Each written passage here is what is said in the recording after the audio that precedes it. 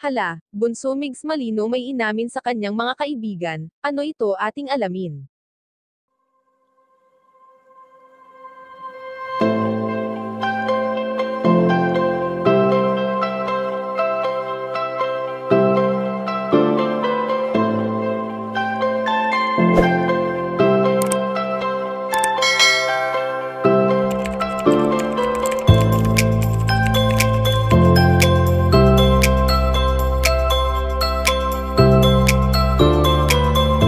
Panibagong araw panibagong pag-asa nga ang nararamdaman ng mga taong natutulungan ngayon ni Bunso Migs Malino.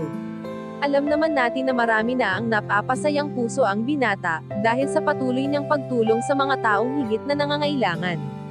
Bagamat ilang taon na rin itong ginagawa ni Bunso Migs Malino simula nang iwan siya ng yumaong si Cutie Mahal na dati ay katulong niya sa mga ganitong gawain.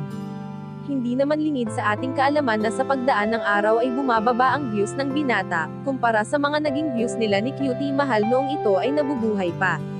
Ngunit kahit na ganito ay hindi naman mahalaga sa binata ang mga views niya sa kanyang social media accounts, dahil ang importante lamang sa kanya ngayon ay ang makapagbigay saya siya sa kanyang kapwa.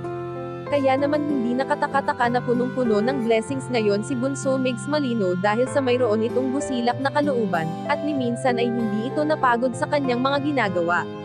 Samantala ayon naman sa aming impormasyon na nakalap na inamin ni Bunso Migs Malino na nahihirapan siya ngayon na maghanap ng makakasama tulad ng pagsasama nila noon ng kanyang prinsesa na siya namang ikinakilig ng mga kaibigan nito, at nasanay na ang binata kay Cutie Mahal at kitang-kita naman natin kung paano niya ito minahal at inalagaan.